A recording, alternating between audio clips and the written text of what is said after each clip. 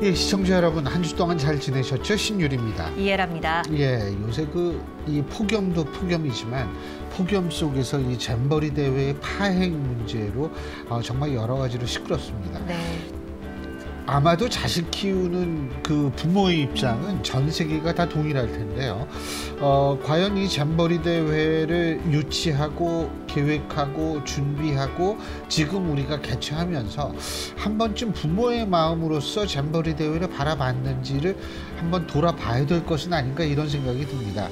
오늘 우리가 그런 보기가 민망한 얘기를 좀 해봐야겠어요. 도대체 원인이 어디 있고, 그죠? 예. 국민들이 참 이 책임 공방에 굉장히 필요해하는 상황인 것 같은데 어떤 시선으로 이 현안들을 바라보고 계시는지 오늘은 이현주 전 의원과 함께 얘기 나눠보도록 하겠습니다. 안녕하십니까? 네, 안녕하세요. 어서 오십시오. 반갑습니다. 예.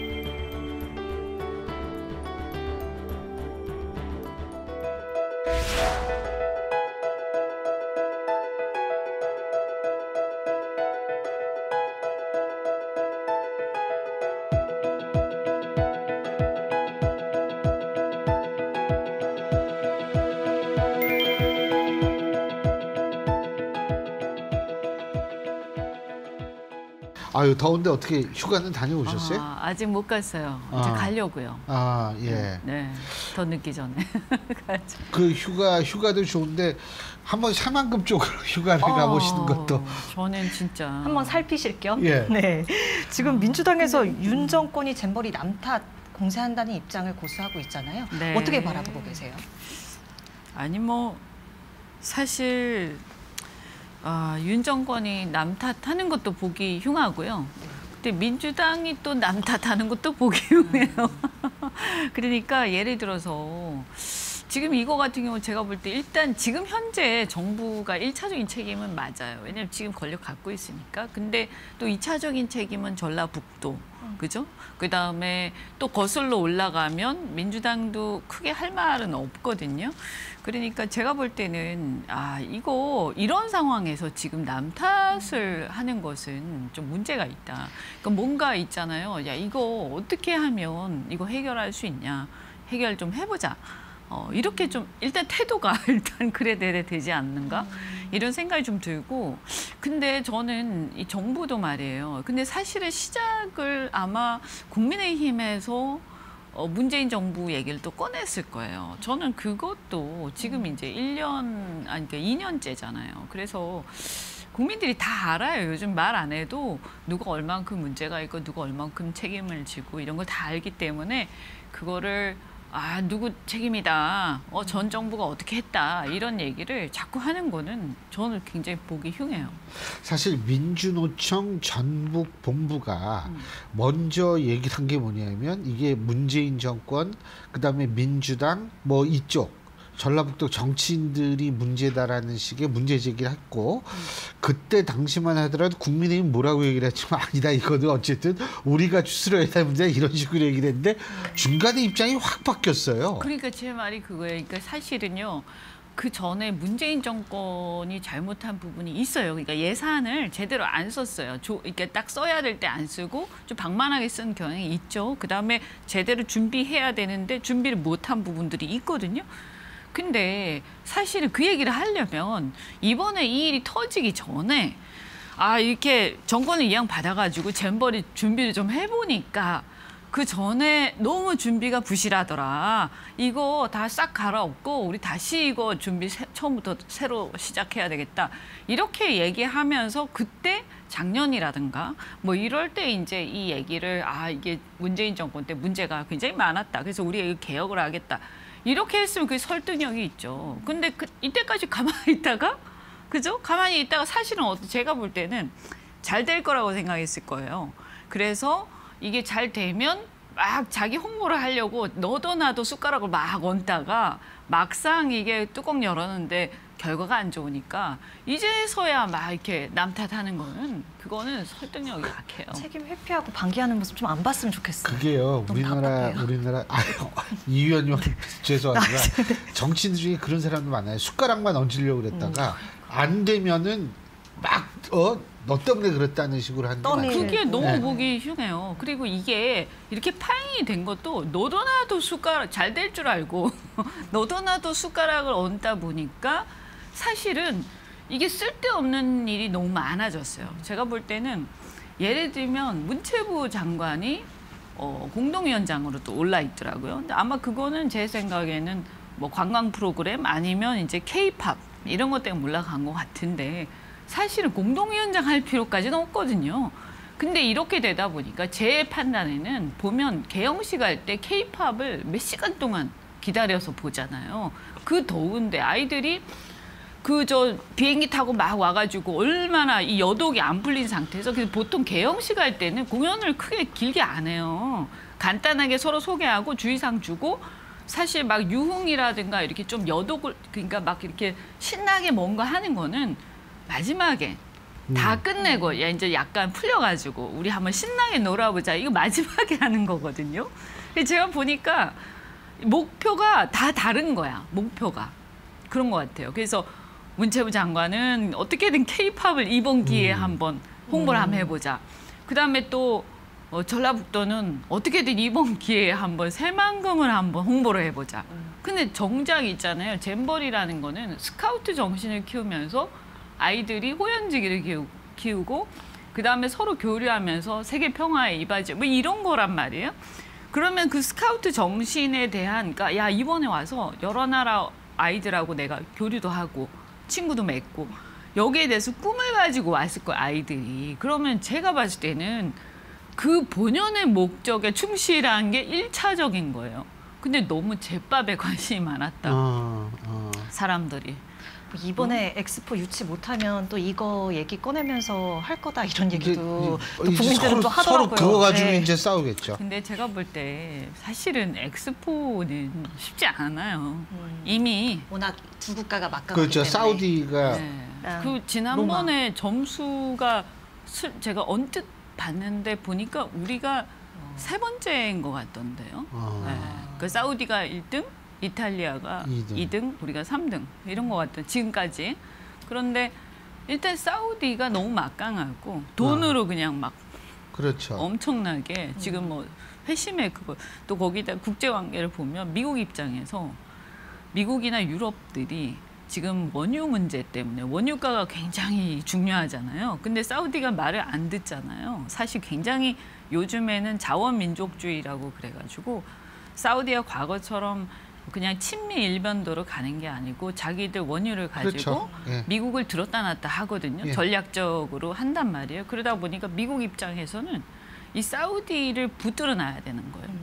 그래서 이 외교적으로도 사실 전략적 관계에서 우리보다는 훨씬 사우디가 유리한 입장에 있죠. 이번에 그 후쿠시마 오염 정제수 관련해서도 아주 강경한 발언을 네. 하고 계셨던 걸로 네. 제가 알고 있는데 아마 이번 달 말에 방류 시작할 것으로 예상이 나오고 있는 것 같습니다. 그런데 이제 한미일 정상회담 기점으로 이 오염수 방류에 대해서 일본이 좀 지지 선언을 한미 양측에 좀 요청하고 있다. 이런 보도도 오늘 오전에 보니까 좀 있더라고요. 그 이거 지지 선언 그거는 그러니까 이게 사실 일본 주권 사안 아니에요? 이거를 그러니까 IAEA가 오케이 했으니까 그 다음부터 방류하고 말고 언제 하고 이런 건 일본 정부의 주권 사항이잖아요. 그러니까 일본 정부는 일본 정부의 판단과 주권 사항이 있는 거고요. 우리 정부는 우리 정부의 판단과 주권 사항이 있는 거죠. 그래서 저는 이제 무슨 얘기하냐면 우리 정부가 뭐하러 거기에 들러리를 서냐. 이게 사실은 앞으로 불확실한 부분들이 있단 말이죠. 그러면 우리 정부 입장에서는 이건 일본하고 외교 문제하고는 또 저는 좀 다른 문제다. 왜냐하면 단순한 외교 문제가 아니고요. 사실은 국내의 어떤 정치 문제예요. 그래서 정부가 우리 주권자인 국민들의 입장은 충분히 대변해야 된다. 이렇게 생각하는 거죠. 근데 대변은 하되 실제적으로 우리가 저는 우리 정부가 지지하는 입장은 아니라고 보거든요. 그러니까 근데 이제 그게 바로 문제예요. 그러니까 예, 말씀하세요. 지지하는 입장이 아닐 수도 있어요. 그런데 지지하는 것처럼 이미 보여요. 너무 예를 들어서 이걸 너무 과하게 변명을 해주고 있어요. 그걸 왜 우리 정부가 하죠? 그건 일본이 알아서 할 문제인데요. 근데 예를 들어서 뭐 후쿠시마 오염수 문제 사실은 뭐 이렇습니다 해가지고 예산을 써가지고 이거를 홍보를 하고 있어요, 우리 정부가. 저는 굉장히 부적절하다. 왜 우리 정부가 그걸 설명하고 있지? 그럼 나중에 이 설명하고 안 맞는 상황이 벌어지면 우리 정부가 책임질 건가? 이거는 저는 굉장히 오바를 하고 있고, 정치적으로 이 문제는 저는 사실은 국내 정치, 그러니까 외교 문제이기도 하지만 우리가 일본을 설득해서 할 수 없을 수도 있어요. 그 못 막을 수도 있거든요. 그게 주권 사항입니다. 그런데 제 얘기는 뭐냐면 향후에 이것이 30년간 계속되는 문제라서 향후에 어떤 문제, 우리가 알 수 없는 어떤 문제가 발생할지 모르는 리스크가 있는 거죠. 그 리스크가 크든 작든 간에. 그럼 우리 정부가 왜 그 리스크를 우리가 지는 거지? 그걸 왜 우리가 분담해 주지? 우리는 명확하게 선을 긋고 우리는 반대야. 안 하는 게 좋겠어. 왜냐하면 우리 국민들이 싫어하니까. 라고 분명히 얘기를 해. 왜냐하면 국민들은요.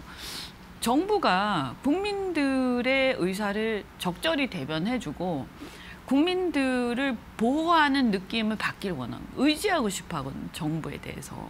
근데 정부가 과도하게 지금 오바해서 변명해주고 있어요. 그건 저는 아주 쓸데없는 짓을 하고 있다. 그 왜 돈 들여서 그런 걸 하는 거죠? 그러면은 이재명 대표가 얼마 전에 일본에 서한 보내지 않았습니까? 방류하지 말라고. 그거는 네. 잘하는 거라고 보세요?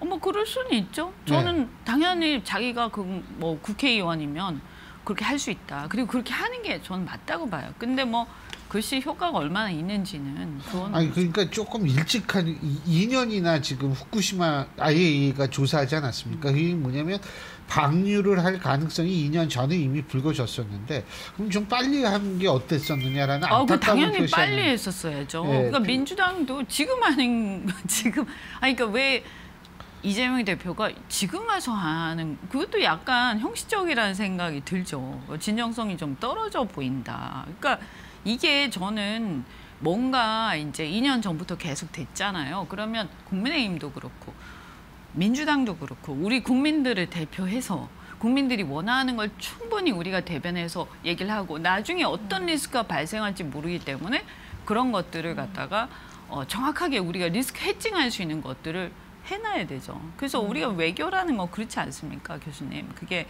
외교라는 게요. 이게 우리 안 될 걸 알지만 예를 들면 안 될 가능성이 매우 높지만 나중에 이 어떤 전략적 그런 목표를 나중에 문제 생겼을 때 혹은 어떤 상황이 벌어졌을 때 우리가 뭘 갖고 있어야 되는. 우리 그때 반대했다. 분명히 반대했다. 아주 세게 반대했다. 네가 한 거 아니야. 이렇게 얘기할 수 있어야 되는 거거든요.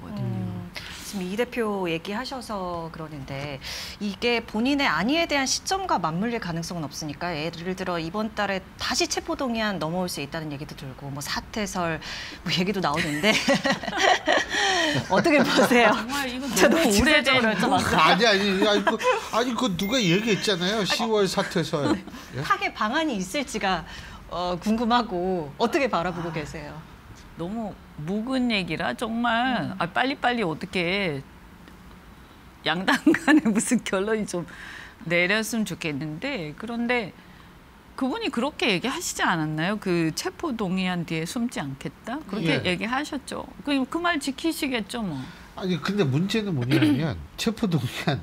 자 이게 지금 딜레마가 뭐냐면 이 민주당 의원들이 불체포특권 포기한다고 그러면서 뭐를 했냐면 정당한 영장 청구에 한해서는 우리 특권을 포기하겠다 이랬거든요. 그럼 정당한 영장 청구 이게 이제 이것 때문에 스스로 이게 족쇄가 되는 게 뭐냐면 자 이재명 대표에 대한 체포동의안이 넘어왔어요. 예? 그런데 거기에서 넘어왔으니까 가결표를 던져요. 그럼 본인들이 이재명 대표는 정치 탄압이다, 정치 보복이다 이렇게 얘기했는데 가결표를 던지면 이게 정당한 영장 청구라는 거를 인정해주는 꼴이 돼가지고 본인들이 얘기했던 게 다 없어져요. 자, 부결표를 던져요. 제가 개인적으로 부결표를 던진다 하더라도 전 가결될 가능성이 있다고 생각하는 게 비명계 31명이 선제적으로 체포동의안 포기 가결하기 시키겠다고 얘기했죠. 그럼 이 표하고 국민의힘하고 정의당 표 합하면 이건 가결돼요. 그러면은 그때 부결표를 던져도 욕은 욕대로 먹고 목적은 달성 못하는 꼴이 되거든요. 그래서 나오는 얘기가 회기를 중단해가지고 이재명 대표가 스스로 나가게 한다 이 얘기거든요. 네? 어떻게 보세요 그거? 아니, 국회 쭉 그러니까... 하다가 회기 스톱. 자 이재명 대표 나가야 되니까 우리 잠깐 여기 멈췄다 끊었다 갑시다. 이 우리 녹화의 용어죠. 끊었다 가자는 거. 네. 자 어떻게 보십니까? 아니 그러니까 저는 이재명 대표가 어쨌든 대선까지 나오신 분이잖아요. 그러면 본인의 뭐 속사정은 전 잘 모르겠어요. 우리가 이걸 뭐 단정할 수는 없는 거죠. 아직 재판을 안 했으니까. 하지만 이 정도 됐으면 본인 때문에 너무 이런 모든 것들이 막 이렇게 엉키고 설키는 이런 상황은 굉장히 치명적이죠. 대선 주자 내지는 어떤 큰 정치를 하는 입장에서. 그래서 오히려 말이죠. 당당하게 그 말씀하셨잖아요. 그 체포동의안 뒤에 네. 숨지 않겠다. 그래서 당당하게 심사 받으러 본인이 자진해서 나가는 게 표결은요? 표결 필요 없죠. 그러면 아니요. 회기 중에 한 표결이 있어야죠. 아니 그런데 법적으로, 예. 본인이 그 표결 내가 그거를 포기한다고 해야 되나요? 그 체포 동의안 뒤에 숨지 않겠다 했으니까 체포 동의안 표결 자체를 하지 마라. 내가 스스로 나가겠다. 왜냐하면 그걸 동의안 표결을 하게 되면 자기 당 안에서 말이죠. 여러 가지 정치적인 변수들이 생겨요. 그래서 체포 동의안에 가서 그 영장 실질 심사를 하고 거기서 심사 결과가 어떻게 나오냐 이건 순전히 사법적인 절차가 되는데 거기서 동의안 표결해 버리면 이게 정치적인 이슈로 막 돼서 이게 실질적으로는 그 자체보다는 이제 산으로 가는 거죠. 논쟁 자체가. 그래서 바람직하지 않고 어떤 표결에서 어떤 결과가 나오더라도 그 논란이 되고 아까 말씀하신 것처럼 내부적으로 제가 봤을 때는 그 민주당 안에서 봤을 때 어떤 결과가 나오더라도 그 당에 도움이 안 돼요. 그럼 왜 뭐하러 그런 바람직하지 않은 행동을 굳이 할 필요가 있냐? 그럼 전략적으로 그것은 본인이 이걸 딱 끊어주고 내가 알아서 나간다. 걱정하지 마라. 그리고 내가 당당하게 심사를 받겠다. 만약에요. 그렇게 해서 이게 문제가 뭐 만약에 심사에서 그냥 영장이 나와버렸어요. 그러면 또 그 안에서 투쟁하시면 되죠. 저는 오히려 그렇게 하는 게 훨씬 더 지지층 결집에도 좋고요. 왜 저렇게 하지? 그렇게 현명하지 않은 것 같아요.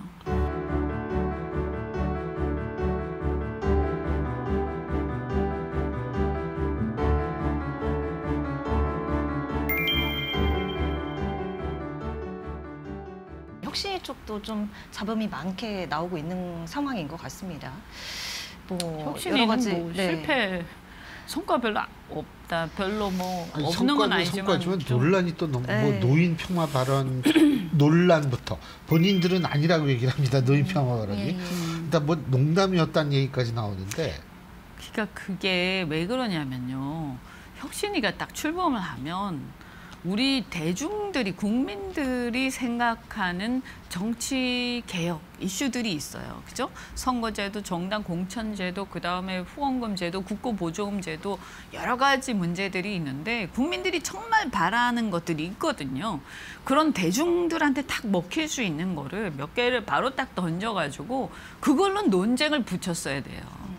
그러면 혁신위에 대한 얘기가 논쟁은 있을지라도 이 논쟁 자체가 정치 개혁과 관련된 정당 혁신과 관련된 논쟁으로 막 서로 저는 그런 논쟁은 시간이 지나면 오히려 도움이 되는 거예요. 근데 그런 게 뚜렷하지 않다 보니까 지금 생각나는 게 별로 없지 않습니까? 뭐 대의원제 폐지라고 하는데 대의원제 폐지는 사실은 축소래요. 또. 반영 비율 축소. 근데 그거는 정치를 잘 모르는 일반 대중은 잘 몰라요. 무슨 말인지. 그렇죠. 무슨 말인지 몰라요. 그러니까 관심이 없는 거예요. 그러면 이렇게 되면 이제 말 한마디 한마디에 관심이 갈 수밖에 없어요. 그러니까 말하자면 다른 부수적이고 지역적인 것으로 사람들이 관심이 가는 거예요. 핵심이 아니라. 그렇죠. 그래서 전략적으로 혁신이 운영을 완전히 잘못했다. 전략적 실패다 이거는. 왜 이렇게 하는 걸까? 왜 제가 봤을 때는 정당을 혁신하려면 그래도 선거라도 한번 나가본다든지 뭐 좀 알아야 이게 문제가 정말 심각하구나. 또 국민들이 무슨 생각하는구나. 이게 꼭 자기가 정치를 안 해도 정치를 좀 아셔야 되는데 제 생각에는 김은경 위원장이 정치를 잘 모르시는 거 아닌가. 이제 좀 학문적으로는 깊이가 있는지 몰라도 이런 아쉬움이 좀 있죠. 안타까워요. 참, 제가 한 가지 여쭤볼 게 있는데 홍준표 시장께서 이현주 의원도 국민의힘이 품어야 한다. 네. 보셨죠? 네네네. 기분 좋으셨어요? 어떠셨어요? 뭐 품어야 한다 그거는 뭐 사실은 좀 맞지 않는 것 같고요. 근데 뭐 하여튼 극찬을 하긴 하셨더라고요. 그분이 남 칭찬을 그렇게 잘 하시는 분이 아니거든요. 아니죠. 그런데 뭐 똑똑하고 맑은 사람. 예. 근데 그건 굉장히 높게 평가한 예. 거라서 뭐 그건 감사하게 생각하는데 그런데 품는다? 저는 정치가 뭐 품어서 하는 건 아니라고 생각하고요. 뭐 제가 아이고 무슨 당이 뭐 누구를 품어줘 이런 게 아니라 서로 맞으면 하는 거고 서로 안 맞으면 안 하는 거죠. 저는 그렇게 생각을 해요. 그리고 이제 저는 공천 문제를 제가 이제 민주당에서도 이제 민주당 혁신 이런 거를 계속 주장을 하면서 운동권 세력들하고 굉장히 많은 논쟁이 있었잖아요. 그리고는 이 어떤 민주화 세력 내지는 운동권 세력들의 어떤 이 기득권 타파 이런 게 없으면 기대하기 어렵다 이러고는 제가 이제 패권 정치 비판하면서 나왔는데 제 입장에서는 그래서 이제 보수가 바뀔 걸 기대하고 합류를 한 거잖아요. 그리고 거기에 보수가 혁신되는데 내가 또 역할도 하겠다 이렇게 하고 합류를 했는데 그게 만약에 의미가 없을 것 같다라고 하면 그건 제 입장에서는 국민의힘에 공천을 신청하는 것부터 재고를 신중하게 생각을 해봐야 되는 거죠. 네. 그러면은 신당이라든지 다른 새로운 세력이 어떤 함께하자라고 얘기를 했을 때에는 같이 갈 가능성도 배제하지 않으시는 거죠. 저는 뭐 모든 가능성을 열어놓고 있는데 다만 지금 그럴 만한 신당이 있는가. 그리고 신당이라는 게 뭐 사실은 저는 항상 이 기존의 어떤 산업화 세력이 중심이 된 한국의 보수 정당과 민주화 세력이 중심이 된 한국의 이제 민주당 이 계열들이 지금의 이 시대를 못 따라가고 있기 때문에 양쪽이 다 비슷하거든요. 약간 도끼인 객긴 하기도 하고 물론 이제 상대적으로 산업화 세력이 더 오래됐기 때문에 더 권위적으로 보이죠. 그런데 이런 상태에서는 저는 우리가 다른 대안을 계속 찾아야 된다. 이렇게 그걸 계속 추구를 해왔어요. 근데 우리가 이제 정치는 현실이니까 양당 체제에서 그런 어떤 대안 세력을 만들어서 그게 시작을 한다는 것 자체가 엄청난 리스크거든요. 그래서 예전에는 저는 그게 안철수 현상인가? 안철수인가? 해가지고 사실은 거기에 혹해서 한때는 제가 이제 모든 걸 내던지고 사실 민주당에서 나름 잘 나가고 있었는데 모든 걸 내던지고 새로운 길을 가겠다고 함께 하기도 했는데 안철수 현상은 있었지만 저는 안철수가 안철수 현상의 그 주체는 아니었던 것 같아요. 지금 와서 보면요. 그리고 이제 지금도 저는 어떤 대안 세력이 필요하다. 그리고 이 기존의 어떤 패러다임을 뛰어넘는 게 필요하다. 이 생각은 지금도 하고 있어요. 그리고 정말 좋은 정당을 만드는데 함께하면 좋겠다. 제가 주도를 하든 다른 사람이 주도를 하든 좋은 정당을 같이 만들면 좋겠다. 근데 이게 쉬운 일이 굉장히 어려운 일이지 않습니까? 예. 네, 그래서 단순히 공천이 뭐 그거 하다 또는 뭐 총선을 나가기 위해서 그렇게 해가지고는 성공하기 어렵다. 선거용 정당이면 어렵다. 그러면 안 된다. 저는 만약에 한다라고 하면 정말 이제 완전 마지막으로 여기에 내가 출마 안 해도 좋으니까 당 한번 제대로 한번 만들어 보자. 그래서 여기서 당장 처음부터 엄청 막 성공하면 좋겠지만 그렇지 않더라도 국민들한테 기존의 정당들에 대해서 국민들이 막 불만을 갖고 있던 것들을 하나하나 좀 뭔가 새롭게 바꾸는 모습들. 그러니까 아까 정당 제도부터 시작해서 당원 제도부터 모든 것들을 공천 제도까지. 그래서 우리가 이상으로 생각하는 이랬으면 좋겠다 하는 걸 한번 실현해 보면 참 좋겠다. 이상으로 갖고 있어요. 근데 아직까지 그게 현실 속에서 내가 할 수 있다. 하자. 여기까지는 고민 중에 있습니다. 간단하게 다음번 총선엔 국민의힘 몇 석 가져갈 것 같으세요? 이 전 대표는 100석 얘기하고 있어가지고 이준석 전 대표 같은 경우는 저는 어떻게 보세요? 비슷할 거라고 생각해요. 그러세요. 아유, 어쨌든 뭐 하여간 우리나라 정치는 막 살아 움직이는 생물이니까. 네, 문제는 이제 민주당이 그러면 180석, 200석이냐 그것도 아니라고 생각해요.